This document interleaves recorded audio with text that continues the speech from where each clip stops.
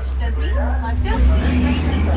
So John Doe friends, welcome to Kilimanjaro Safaris. My name is Kirsten. I'm your safari guide for today's journey through the Rocky Wildlife Reserve. While we are moving, please make sure you're keeping all hands, arms, feet, and legs inside the truck at all times. And please make sure everybody is staying fully and completely seated, so please no standing. If you do plan on taking any photos or videos, go ahead and get your cameras and phones out and ready to go. We're not able to stop for every single animal, and those animals certainly do not stop for us, so make sure you have your cameras ready. Now this first area we are entering right now is called Little Aturi Forest. The animals here tend to be pretty shy and they do like the hides, but many people look out for them throughout the trees and bushes through here. They do rely on their camouflage too as a form of protection, so they can be really good at hiding.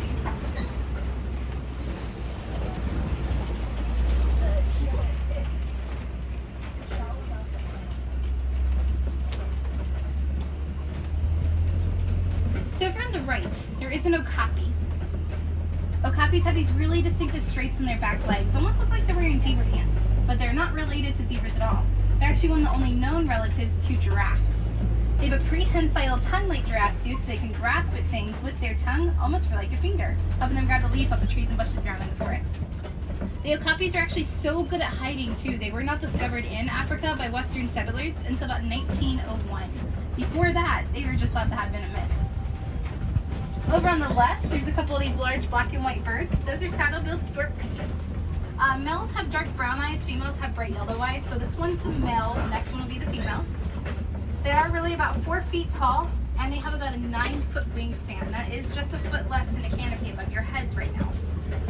They are also birds that have monogamous relationships. So once they find their mates, they will be a pair for their entire lives. So you usually don't see the two of them too far away from each other. There she is, just to the left here. Beautiful view of her. There are a few other animals just up ahead of here on the right. You're going to see some that are orangey colored animals. Those are bongos. The bongos, their horns don't really stand straight up. Instead, they curve just slightly back towards their heads. That actually makes it easier for them to move through the trees and bushes so they don't get stuck in them. They have those white lines on their sides too, helping them out with their camouflage, mimicking the sun rays that come through the trees and bushes. And the bongos are so good at hiding, they get called the ghosts of the forest. On the left side up here, there's some grayish brown animals. They're kind of up on the hillside a little bit. They don't have horns. They are called greater kudu. They get about 55 inches tall at just their shoulders long. And they have some of that camouflage markings like the bongos with the white lines. But we're going to go ahead and start leaving the Little Aturi Forest and start heading towards the Safi River. As you might be able to guess from the name, at the Safi River, we're now going to start looking for those animals that will live in or around the water. So we're going to head up to the water and see what we can find.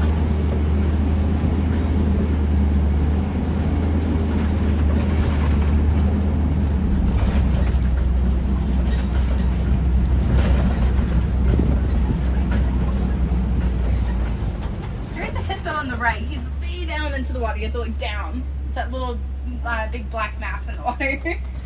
They spend lots of time in the water anyway too. They actually hold their breath about 6 to 8 minutes at a time. They close off their nostrils and their ears to help out with that.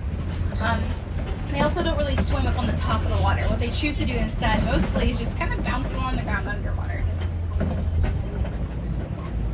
I'm not really seeing many others around, but we are going to see these pink-backed pelicans up here on the left. They're those large white birds. And so I know at first glance they don't really look too pink.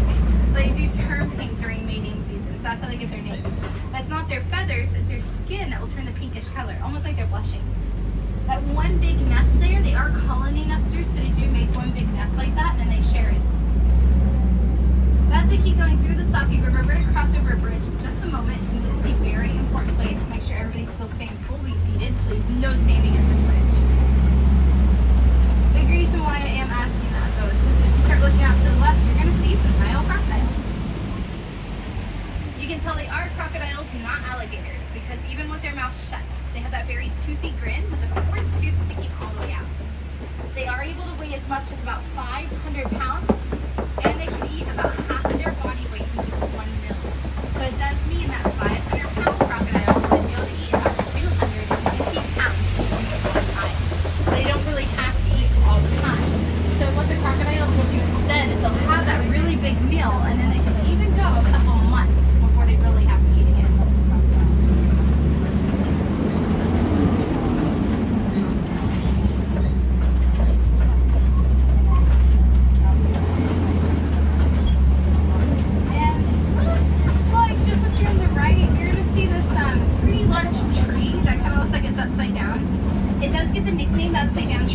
the way it looks, but its real name is a baobab tree. The baobabs, they have a sponge-like texture on the inside that holds a really large amount of water inside them. So they are extremely useful for animals, especially during droughts. They can pierce the bark with their tusks or horns, and it helps give them water when there's none in their home at the time. So because of that, it does gain a second nickname, or you can also call it the Tree of Life. Now we're entering the savannah. We're also called the Serengeti grasslands. Right up here where we are, it's actually one of my favorite views out the reserve, overlooking the savannah. I think it's one of the best views out here. But it looks like most of the animal activity might be further out, so we're going to keep making our way further through the savannah, which this is a pretty typical thing to see in the evenings. All the animals in the savannah start to gather together in the same areas, so they have a safety in their numbers in case there's any predators around. So towards evenings, towards nighttime, that's one of the key times they'll do that. We're going to keep heading out that way. Definitely see some wildebeest and cattle.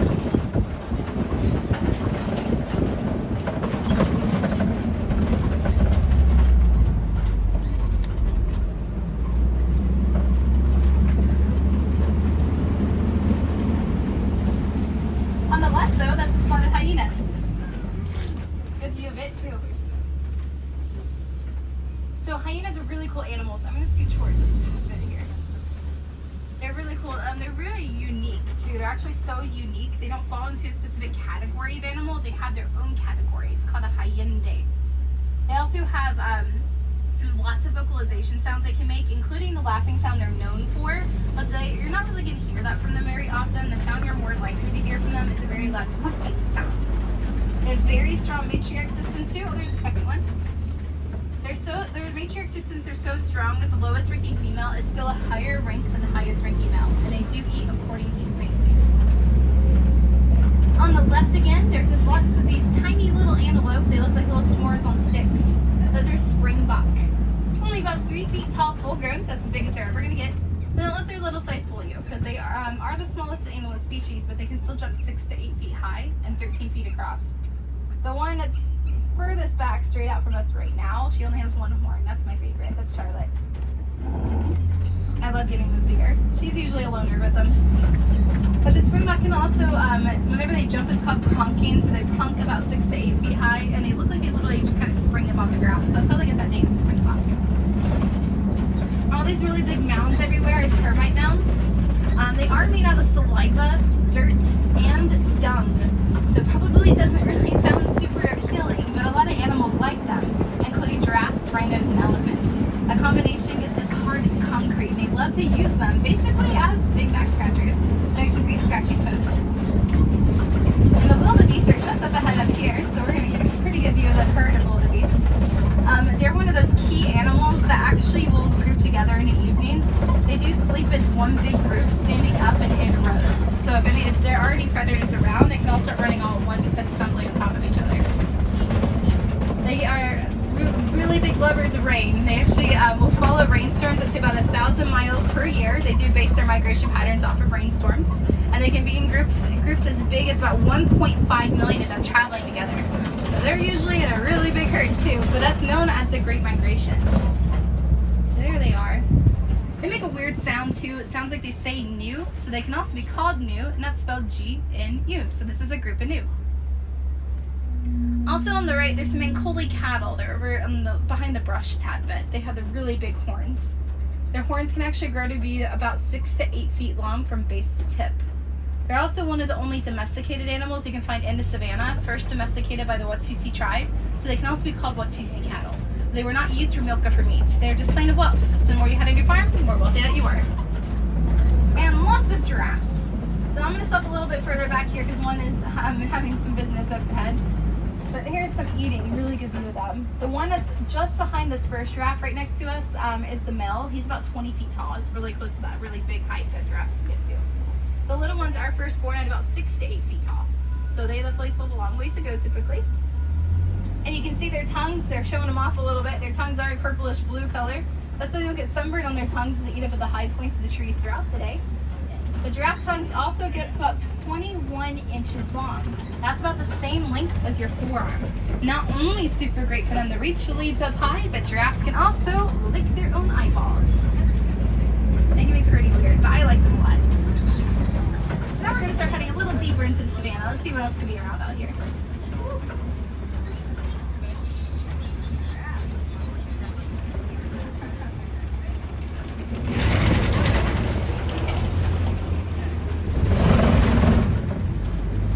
So over on the left, there are mandrills. There's some up on top of the rocks, and then a few back into the trees here. I'm gonna go a little further up so there's shade on us a bit. But the mandrills, they are the largest monkey, and they're also the same type of monkey as Rafiki. So if they look familiar, that's why. They can be in groups as big as about 100 of them at a time, but they are very good at hiding. Normally you only find a handful of them. The males can get to about 100 pounds, whereas females only can really get to about 30 pounds. They are unfortunately one of those animals that we're going to see that have a lot of habitat loss issues due to humans, and they lose a lot of their homes due to coltan mining. Coltan is a mineral that is found in the batteries of your cell phones and electronics. So if you want to help them out, what you can do is you can actually recycle with cell phones and electronics. They will go out into Africa whenever they get that coltan, and they clear trees and then they do mining. That's what destroys their habitats. So by recycling those old cell phones and electronics, you can help reduce that mining and save some of those homes for those animals. Over on the other side of this bridge, we're going to pass through some red clay pits. Well, we're going to look for some signs. Not sure if we're going to see this animal, but we're going to look for signs that they've been around. We're looking for tusk marks in the clay from elephants. They like to scrape at the clay with their tusks so they can eat it. It gives them extra vitamins and nutrients for their bodies, which is pretty similar to children eating vitamin gummies. Let's see if there's any scrapes around.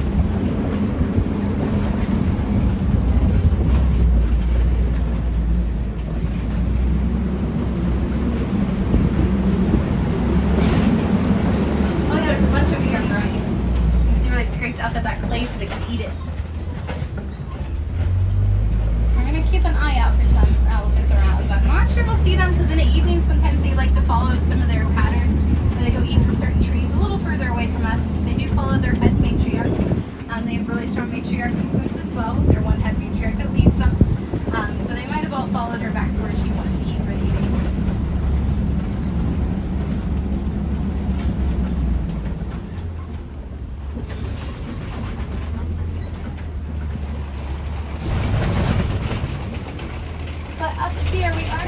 Several more of those baobab trees.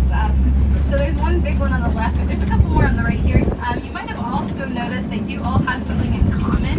None of them have leaves on them, which is perfectly fine. It's actually the most normal way to see them. They go about 9 months out of the year without leaves or fruit. It helps them out with saving a lot of the water on the inside with that sponge-like texture, so they don't have to take care of anything on their extremities. So it's actually very helpful for a lot of the animals in the area that they don't have leaves.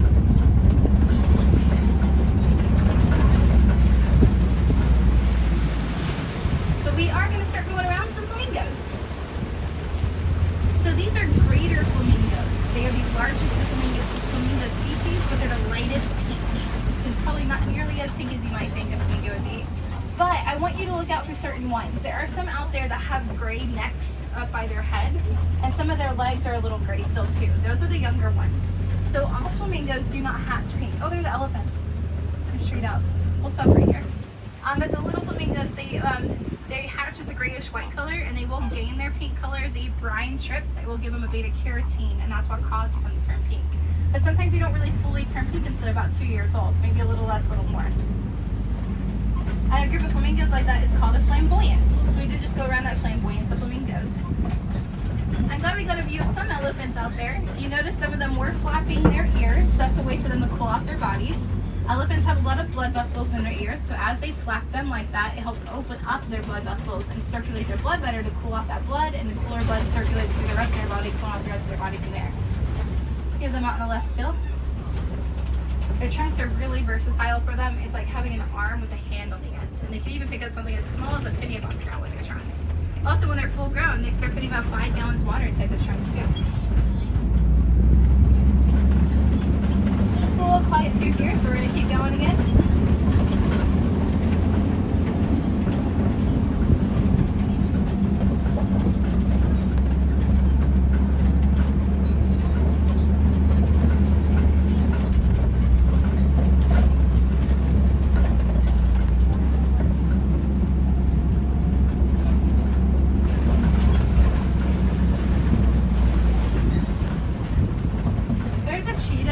She's really far back up the hillside walking around. kind of blends in a tad bit. But cheetahs, let's see, she comes back down a little more. I'm gonna kind of follow her. They are diurnal cats. What diurnal means, they are typically active during the day and they do hunt during the daytime. They have the black lines that come down from their eyes that reflect the sun out of their eyes as they hunt, which is very similar to Desperade's sunglasses. Something I think is really cool about them though are their tails. Oh, there she is. Their tails are really flat and they use them like a rudder. So while they are running at very high speeds or even if they're mid-air, all it will take for them to change their direction without even having to stop or slow down is just a movement of their tails. The rhinos are on the right. Oh, the rhinos are in the back right. Yeah. So hopefully we'll see. I'm going to see if they woke up this way. They were coming around. Actually, I can see them. Let me see. There's another gap on the other side there.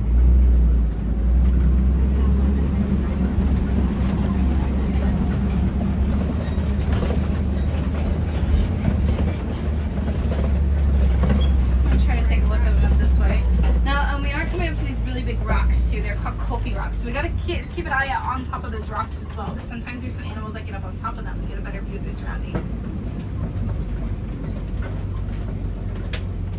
Okay, so we should see those rhinos a little bit over here.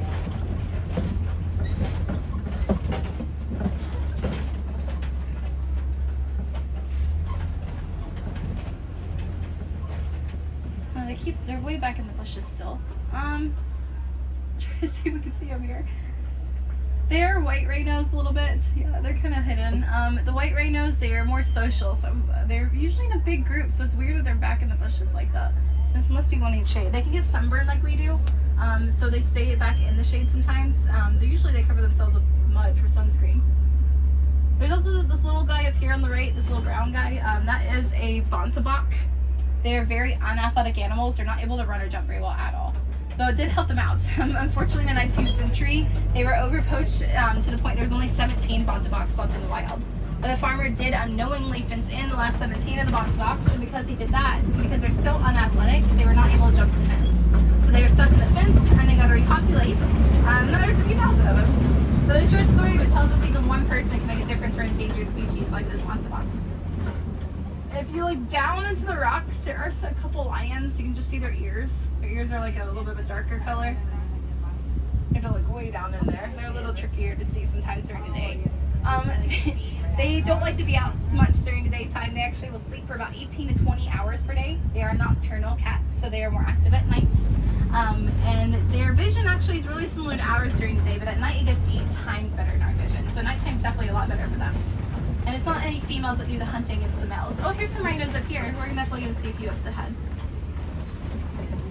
But if you look through the bushes on the left, there's warthogs.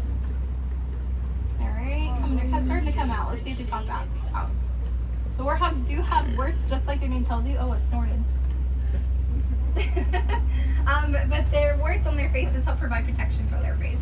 These also have all been made by them, all these burrows. They're the largest burrowing mammal. They make the burrows with their 2 pairs of tusks, and then they back up into them so the burrows, so their tusks point outwards so they can protect themselves. There's a few ostrich eggs up here on the right. There's a little cluster of them. A single one of those eggs equals about 2 dozen chicken eggs. They also have really strong shells. A full-grown human man could stand on one, it would not break. And here's some more of those rhinos. So there's the rest of the group. That's what I mean by how they're in a big group usually. So this is a really good view of them right here. Though they have really poor eyesight, I can't really stop right next to them because they don't know we're here unless I keep talking. So they can only really see a few feet in front of them. Fairly hard for them to see, but they have excellent hearing to cope with their poor eyesight. So those big funnel-like ears help them out a lot with capturing sound and know what their surroundings are like. The white rhinos also have those big, wide, flat mouths. Their name did not originate from their color, but instead those wide, flat mouths came from the word vite with a V, which is Afrikaans for the word wide, not white. So vite sounded like white, and that's how they get that name, the white rhinos. But now we're going to go ahead and leave the savannah, make our way into Magadi Glen, where we're going to pass the Warden's Post, which is located on the edge of the reserves. We are getting a little closer up to the village, and unfortunately towards the end of the safari. As we continue through here, we're going to look out for one more animal. What we're looking for are goats. They are Nigerian dwarf goats, specifically. And I'm sure you probably are expecting me to say goats after all the school animals we saw. The little goats up here, they may be very small and cute, but they're big help. You'll see them right over here on the left, one even just jumped up on the truck. The reason why they're such a big help though is because they provide a lot of milk and cheese, really high in nutritional value. Great for us to eat or drink. Or we can sell that milk and cheese, but we get money by their food, tools, or supplies we might need to have, which allows us not to really rely on any of those wild animals so much for food and subsistence. And we don't have to take away as many of their homes and habitats either to make more food, tools, and supplies. So those little goats actually create a really important harmony between us and those wild animals. But another one of the animals, other than the mandrills that we saw, that have habitat loss issues due to humans, are also those elephants. So if you're ever going out to get any items like chips, cakes, cookies, or even chapstick or household cleaners, look at their ingredients to see if they're using palm oil. Palm oil is harvested in the homes and habitats of the elephants, so they are losing their homes for things that we use on an everyday basis. Companies can use alternative oils like sunflower oil or even coconut oil, but they choose not to. Now that you know this, you now have the opportunity to make that choice whenever you go get those items to try to instead get the brands that are not using palm oil, or at least using sustainably sourced palm oil. Usually they'll have a little badge on their packaging that will tell you it's sustainable.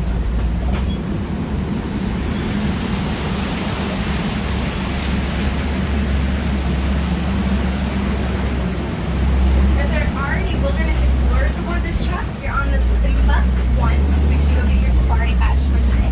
In the Simba 1. But if you're not done exploring, you do want to keep looking out for some more animals out there. Just at the exit safaris is a walking trail. It's called Gorilla Falls Exploration Trail, where you can find animals like gorillas, also meerkats, snake and mole rats, and you might even see some okapis or hippos again too. But if you're gonna head over to Asia instead, they have their own walking trail that's out there called the Maharaja Knuckle Track. Animals more native to Asia, like Komodo dragons and tigers. You're gonna see some big cats today. Definitely head to Asia and see the tigers out there.